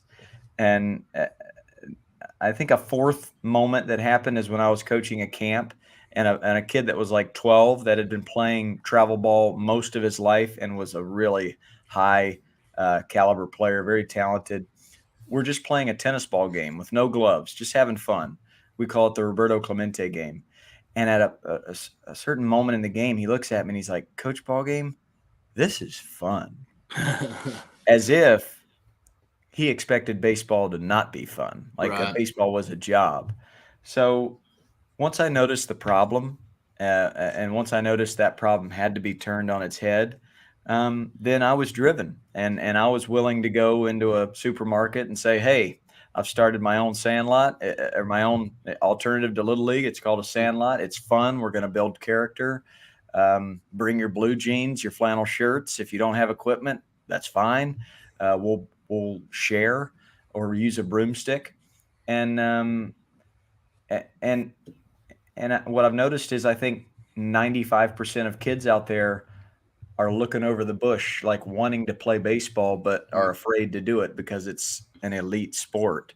And then the 5% that are very talented, travel ball is necessary for them. Absolutely. As long as it's done the right way, and they're playing multiple sports while they're playing the competitive baseball, and they're not burning out their arm by pitching 9 innings and then catching and playing 4 games a weekend. So going about it more in the skill development approach than winning tournaments and trophies. That's what drove me. It wasn't my experiences. I had a dad that was chill, and I had coaches that for the most part were fun and I enjoyed, but I did have friends that it turned out to be negative, and then definitely the stories that came from these kids. I had to do something about it. It's Connie, you want something first? Go ahead. Go ahead. Okay. Like I said earlier, we were watching some YouTube of you as we were cooking and everything. And what caught my 5-year-old son's attention, now one was you were talking about the story, 2 stories I want to mention. One was, let me go with the first one first, because the second one I think you might be able to piggyback off and go on a little bit more. Was what I enjoyed was hearing you saying the kid that was sitting down in the dugout who was 0 for 4, and you said, "Hey, one time I went 0 for 4, and my dad said it's okay that you went 0 for 4." And you said, "I went back out there for my 5th time, and you know what I did? I struck out then too. I went 0 for 5, and it just comical relief for me. And I just thought, you take that pressure, completely take it off these young players that should not have to be dealing with that at this age. So I thought that was amazing on that story alone. But what caught my son's attention, again, at 5, was you were talking about, I didn't catch the whole thing other than that there are players that were too poor to be able to buy a baseball, and they used lemons. And he was like, Daddy, did he say they played baseball with a lemon? I was like, that's what he said. How crazy is that? And I was able to at least talk to him. I was like, son, when we fuss at you about somehow you treat your toys and how you have everything and you break them, and there's other people that are trying to play with anything they can. I was able to at least go on a level with him and talk with that, and I appreciate having that opportunity. But even at these kids' ages, they don't realize the opportunity they have just through sports alone on that. So do you want to talk about a little bit more what that story was? Because I didn't hear all of it other than they didn't have a baseball, so they used a lemon. Yeah, so it's a story I tell every kid I coach. And I've done that in every state that I've done sandlots, and it's priority one. I give them a nickname, and I got to make sure they hear the Roberto Clemente story.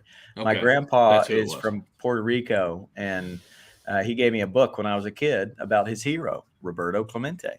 And, a lot of kids, and even, even, I don't know how old you guys are, but even into your teens and 20s, they don't really know Roberto Clemente. I didn't really know him, until my grandpa really told me about him. But this book that I read about Roberto, he had 7 brothers and sisters, and they all shared one bedroom, and they all shared one outdoor bathroom, and they all shared one bowl of rice every night for dinner.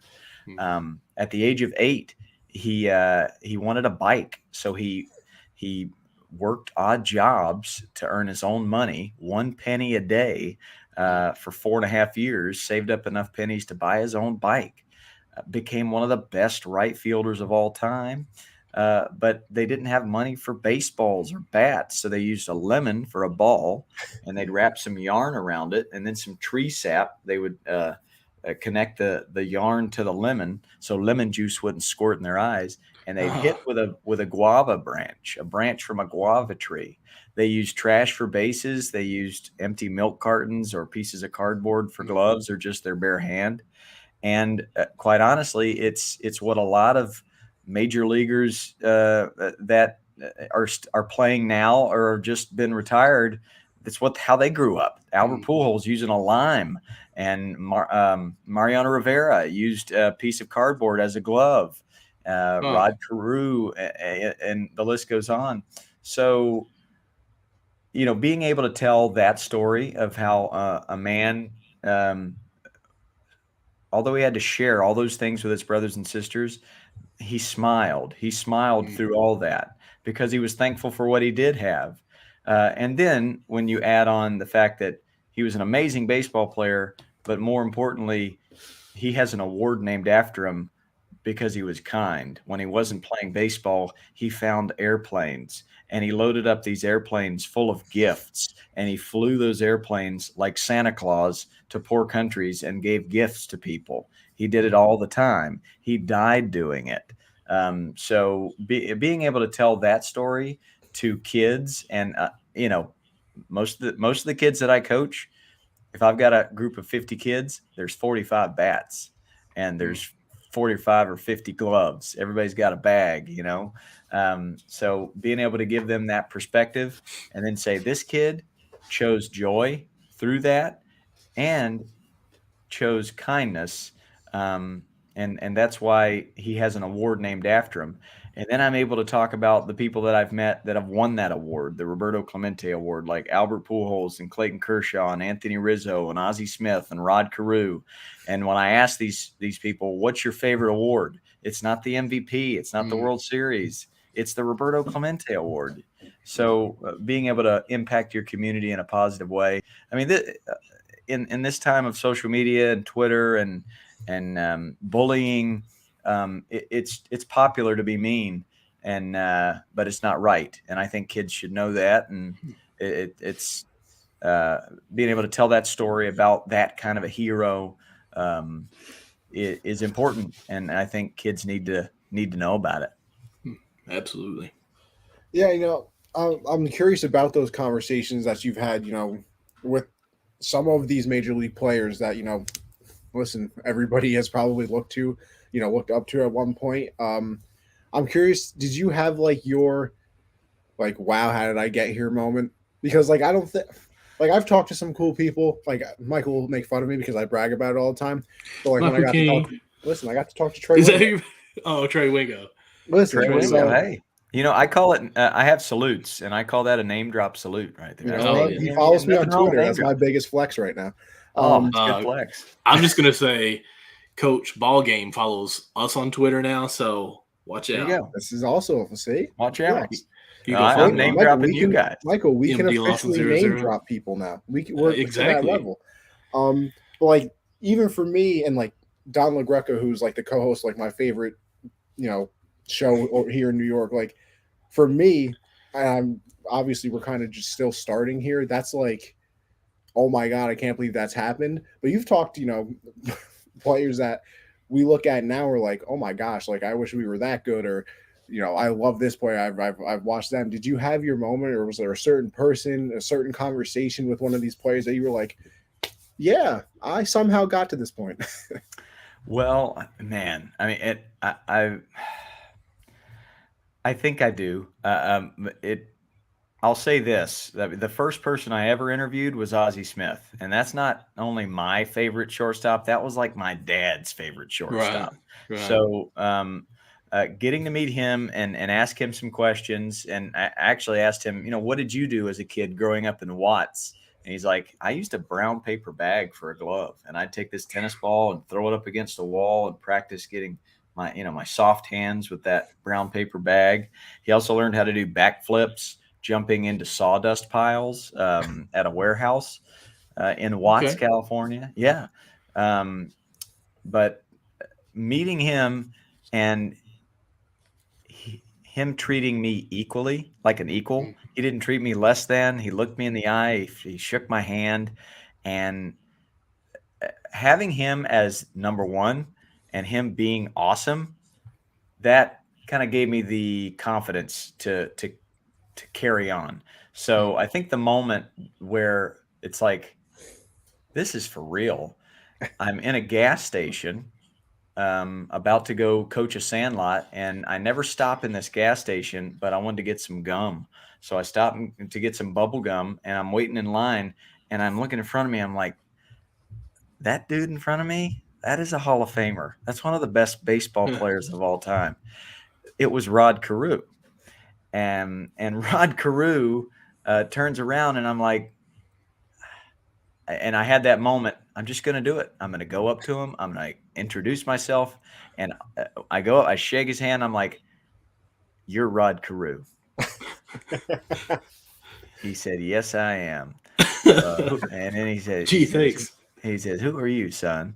So I said, I'm Coach Ballgame. I'm a youth coach, and I'm coaching a sandlot down the road in about 10 minutes. We carried on with a little conversation, just very light, but he kept asking, where's that sandlot you're coaching? And I was like, is he really going to drop by? Well, I gave him the address, and wouldn't you know it, about 20 minutes into the sandlot, here he comes, rolls up in his car, comes out, talks to all the kids, signs autographs for about 10, 15 minutes. But that was a pinch me moment. And then I walk him back to his car, and he's getting into his driver's seat, and he says, are you here every Friday? I said, yeah, every Friday. He says, you'll see me again. And then he drives off. And I was like, that was straight out of Field of Dreams. That was a Field of Dreams moment. It probably did not happen. But yeah, I mean, that's the moment that sticks out as far as like, what is happening, But again, I wouldn't have went up to him. I wouldn't have wanted to bother him. Right. But I was like, this would be really cool if he actually came to this sandlot and talked to these kids. Like, being the connector of the Hall of Famer and these kids, that's my job. So I've been able to bring some other major leaguers to my camps. Jim Abbott showed up and talked to all the kids about how he learned how to play baseball with just one hand. No hitter, that was baby. another dreamy moment where it's a story I tell. I go Roberto Clemente and then Jim Abbott, day 1, day 2. And I was telling the Jim Abbott story. And one of the parents of the kids that I was coaching said, "Hey, I know Jim Abbott. I think he'll come." And the next week, here he comes. And the funniest thing about that is I've been telling that story for 20 years. And one thing I do, and it's a bit of a cruel joke, is I'll say the entire story, just build it up, 20 minutes long, great story. And then he throws the no-hitter. And now coming around the corner right now, kids, is not Jim Abbott. Just kidding. And I'm like, I'm sorry, that was a bad joke. But I've always had that dream that maybe he'd just come around that tree one day, and it actually happened. It happened. I got to meet him, and I got to introduce him to all the kids, and just special stuff. So, I've been very fortunate to meet these people and get to go places that the 8-year-old me sitting on the living room floor eating applesauce would be like, what is happening? There's no way that would ever happen. But the best part about it all is every one of those people that I've met, they were nice. They were kind. They weren't too cool for school. They were, willing to listen and be present. And that is so important. And it taught me that's what matters, right? Not your 500 home runs, right? Not your 13 gold gloves. It's that kindness that Roberto Clemente showed and just being present. Super cool, man. I am super jealous, but Connie, I don't know if you know this, but one of my wow moments I've ever had is kind of like his here. One time I was on the show with a co-host. We had a special guest on, and he went by the name Coach Ballgame. And as we got to talking about things, Connie, he said, I will see you at the what was it that he said? I'm trying to remember. What was it? See you at the Field of Dreams. And, Reds Cubs. Back in my mind, August I'm just 11th. waiting for that invitation. So, so good. No, I'm gonna start telling the joke. You'll wake up from this dream and you'll have an invitation. A fun fact though, Mark, my brother that's been in here, is just saying that he's a big obsession Red fans and everything. We talked about trying to go to that game because it's also his anniversary with his wife, August 11th. I doubt if she'd be okay me and him go, and leave her alone. Back. But, that was a special moment. So I wasn't going to go to that game last year, Yankees White Sox. I was just in town running a sandlot. And then day of, all my college buddies surprised me with a ticket. They bought me a ticket to the game. So I arrived like 3 hours early. 2 really cool moments. One, right when you get there. So there's the movie field, which is a little league field. And then you walk through the cornfield to get to the major league field that MLB built. On the movie site field is all these dads and sons and moms and daughters and granddaughters and grandmas and grandpas all playing catch. And it's just packed. And then you see these 80-year-old women with walkers asking an employee, "Hey, how do I get to the game?" And it's like, well, you just walk through this cornfield. And they're like, I will walk wherever I have to go to get to a game, because there'd never been a game in Iowa, not a major league game. So all these born and raised 80-year-old women in Iowa were not missing that game. But yeah, that's a special place. Can't wait to be there next year. It'll be great. It's gonna be good. Connie, I know you was wanting to ask something there, at least about podcasts or something there. I'll just, whatever you got going. Oh yeah, no, I was just wondering how you got into all that, because like I said, it kind of tied in to the last one too, where I've seen you talk to some pretty cool people on that. So I was just curious about your whole podcast situation as well too, because obviously we're kind of twins, Yeah, man. Yeah, we're all in the same podcast world. Well, I had my own podcast going there for a while, and I found I got a few interviews out of that, and that was a few years ago. But I had a message. I just wanted, and I knew there was a space for it. There's a space for youth sports and building character and making parents better parents and youth coaches better coaches. And if I can grab, if I can grab a major leaguer to talk about how baseball should be fun, then, I think maybe the parents that aren't listening to me, they'll listen to, Kike Hernandez or Mookie Betts or Dave Roberts or Brandon Belt or Brandon Crawford. So, but these guests that we have now on the Talkin' Shop podcast, most of them have been through my pal Chad Chop. And Chad was the BP pitcher and the fungo hitter and other jobs with the Giants for 5 years and then the Dodgers. And one thing about Chad Chop, everybody loves him. He's very positive, very fun. So, I mean, he calls who all the people that have come on, he calls a Mookie Betts, and Mookie's like, anything for you, Chopper. Really? Dave Roberts, Javier Lopez, Nick Hundley. And then I chip in with my pal Joe Buck and Alex Avila, who was awesome as well. But the latest one that will drop next week is I think our best yet. It's with Hunter Pence, who should be a motivational speaker. Like, I mean, I loved watching him play. His energy was just electric. But when you go inside the man and you peel back the curtain on the how and the why, it's very clear why those Giants teams were so good and won so many World Series. So he's great.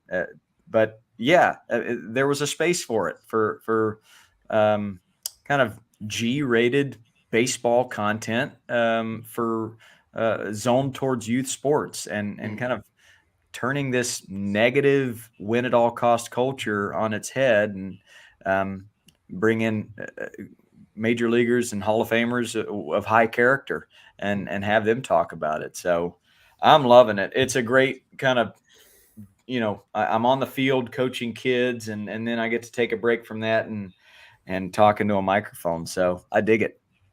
Michael, you notice how we skipped over, just casually the Joe Buck part, Yeah, that's another soft name drop salute there. Just a little sprinkle, just my pal. But he's opened up every door for me.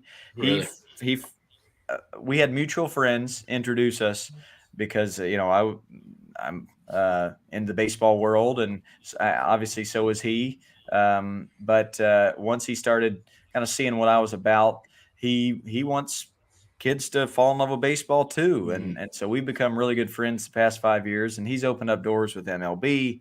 He's really done a lot for me. He's flown to New York twice to meet with MLB to try and get me in the door with them. So he's a very loyal friend, and he's a really great guy.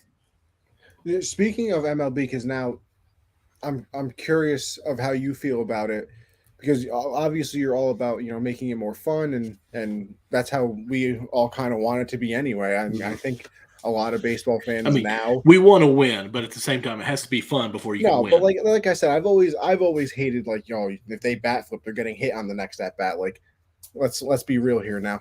I'm curious, how do you feel about the K-Rod thing now? How they're trying to do like a sort of like a Manning cast for Sunday Night Baseball. You think that's going to end up being a hit, because it's not supposed to be play by play and breaking down pitches. It's going to be us. It's going to be having a conversation while the game's on, and obviously they're going to talk about it, but it's not breaking down the analytic and spin rate and things like that. I think it would be awesome for you to be on there, just to legit for kids to be able to watch it. Like the NFL, how they're doing the Nickelodeon part of the sure. And just have you ever talked to Michael K? I'll literally do anything in my power. Listen, for him to say my if name it ain't Trey Wingo, it's Michael K. I think the only reason why I'm his co-host because my name is Michael, and that's it. But anyways, I'll back up and let him go here. Is the only reason I do broadcasting. Well, I mean, I think everybody's going to be doing it. They're just jumping on the bandwagon as they should. I mean, I watch my buddies. at John Boy and Talking Baseball, they live stream all the playoff games, and they're just there chatting, and people watch them watching the game, and that's the new world, and they want to interact and communicate and respond to what's going on the chat rooms. And so, yeah, I hope it's great. I've watched some of the Manning cast things and seen the interviews, and it's great for the younger audience member. I'm more into watching the real broadcast. I like to listen to the real broadcasters, So do I. and I like to hear the audience. But not a lot. I don't think a lot of kids are watching that, but they'll watch Nickelodeon, and they'll watch all the different colors that they add to it. And I mean, I've referenced John Boy a few times, but I mean, they're very popular for a reason. They're kind of ahead of the curve, and they know Michael K really well. So I know. I've DM'd John Boy a couple of times trying to get them on. It hasn't worked yet. Do I keep trying? Do I keep trying? Of course. You never give up. Oh, yeah. We might have an insider now that can maybe like, hey, listen, I went on this show. Just tell them to check the DMs every once in a while. There you go. Well, I'm hearing my daughter's rumbling, so I might have to go do daddy duty here. But we understand. My daughter fell asleep back here one episode with us. So she's 4. Well done. But we understand. I know. But thank you guys for having me on, man. This is absolutely. I flat out enjoy this. I know you probably have to run pretty quick, and like literally, I want to say I have just enjoyed watching and getting to know you. The love that you just can spread, I can tell it's there, and just your personality. And these kids are just constantly probably just absorbing you in. And some of these kids probably don't even have father figures, and I think you're stepping into that role, and you don't even realize probably how many lives that you're touching just through what you're doing. And I thank you for that myself. So thank you. Honored, my friend. Thank you. Thank you for coming on the show. Anytime you want to come on the show again, please don't hesitate. Absolutely. And go Cubs. Go Cubs. All right. Thank you very much for coming on. It was a pleasure. Absolutely. So I appreciate it very, very much. Michael and Anthony, attaboys. All right. Attaboy. That's right. Thank you so much. You have a good one there, boss. All right. Thanks. Michael, fantastic. That was absolutely amazing. And again, I sincerely say this from the bottom of my heart. Just listen to the man talk and watching him just smile the whole time as he talked. As a father, it is reassuring and almost a breath of fresh air to see the care that a man has for kids these days. Because growing up in the family that I have with all teachers, like I'm legit, my mother's a teacher, my father's a retired teacher, my oldest brother is a principal, my brother here is also a teacher, their wives are teachers, my wife is a teacher, my sister is a speech pathologist in education. Literally, I'm the oddball. To see a lot of these broken families, I know, but to see a lot of these kids that come from broken homes, broken lives, to look for something like this guy is taking baseball and where it was competitive and where it's just cutthroat. Like I seen a post the other day of someone saying, so we just traveled 4 hours with our travel baseball team, 4 hour away to like 4 different counties to play a same travel team in our own county. Like, that's the thing that goes on. Like it's crazy. And then you got this guy who is meeting these kids, 5, 6, 7, 8, 9, 10-year-olds with a box drum out on the field, dressing up, just giving them trivia questions, giving them nicknames. These kids are falling in love with him, and he's really making a difference in a lot of kids' lives, and you probably don't even know it. So I am so glad we got the opportunity to talk to him, and that was amazing. Yeah, that was a lot of fun. I thoroughly enjoyed. Listen, Michael, I give all credit to Michael for that one.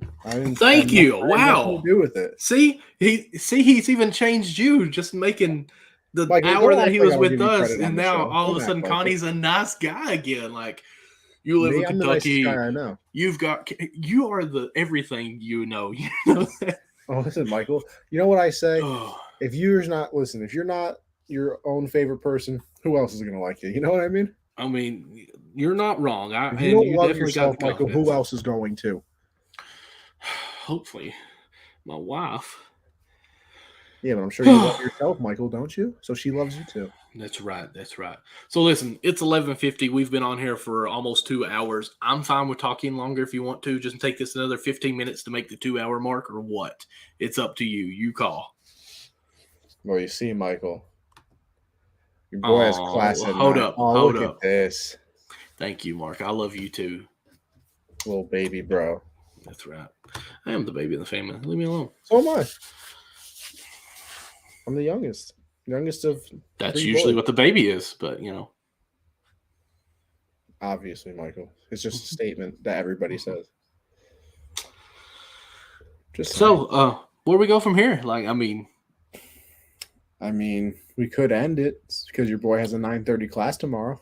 I'm gonna have to be at work at 7, but that's okay. Exactly. You need your sleepy bye-bye time. That's right. That beauty sleep doesn't come often.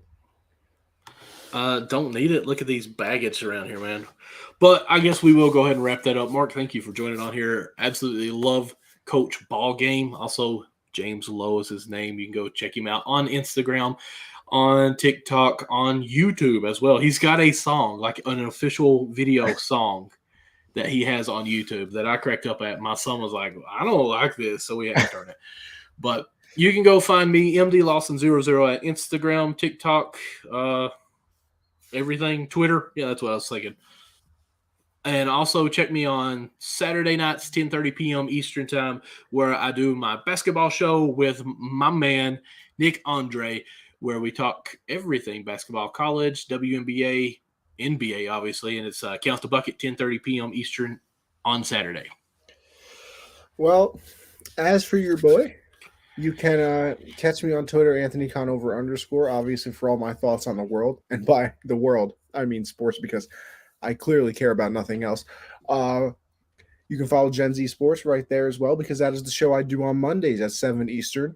That's with my guy, Josh. Talk a little bit about everything, MMA, basketball, football. I sneak baseball in when I can because, as you should. I have to. I got to do it, Michael. It's for the people. Actually, our good friend Dark Sage, if you remember, has commented on he commented on Gen Z, and then he commented on the hard count. I'm sad he didn't make it to this show. Oh, that's okay. It's okay. We'll see Dark Sage again. But yeah, that's Monday, 7 Eastern. Tuesdays I do the hard count at 9 Eastern. That's this show, except a football version of it with my guy CJ. So everything in the football world you can imagine, we're doing it over there. That is the hard count. And then obviously we do this Backstop Banter, me and Michael, 9 Eastern. Usually went a little later tonight because we had a special guest on this show, obviously, so we went a little bit later. But Anthony_Conover is my Twitch as well. You can find all of my pods up there. Usually. Yeah, I put all the pods there, Michael. Just in case we got any Twitch users. Would you call them the Twitchers? No. Usually you make up like a name for your fans. Oh yeah? Yeah. Okay. Like Tim the Tap Man. He's the Tap Man Army. Oh. Okay, carry on. Sorry I interrupted. We gotta come up with a name for our fans, Michael. We'll think about that at a later date.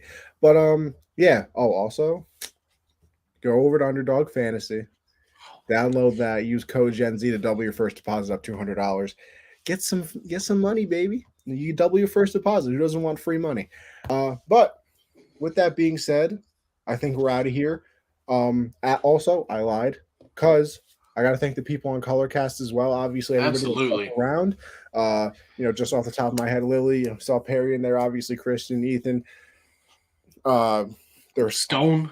Yes, Stone Horse was in there. Hold on, let me go down this list real quick because we had somebody else. The Scoo. We got that. Hey, thank you, the Scoo. Everybody that was in the Colorcast, we appreciate you greatly for tuning in as well. Last Thing podcast. Yeah, facts. Go listen to the pod if you've missed anything. Obviously, if you're joining a little bit late, Backstop Banter available everywhere. Apple, Spotify, iHeartRadio.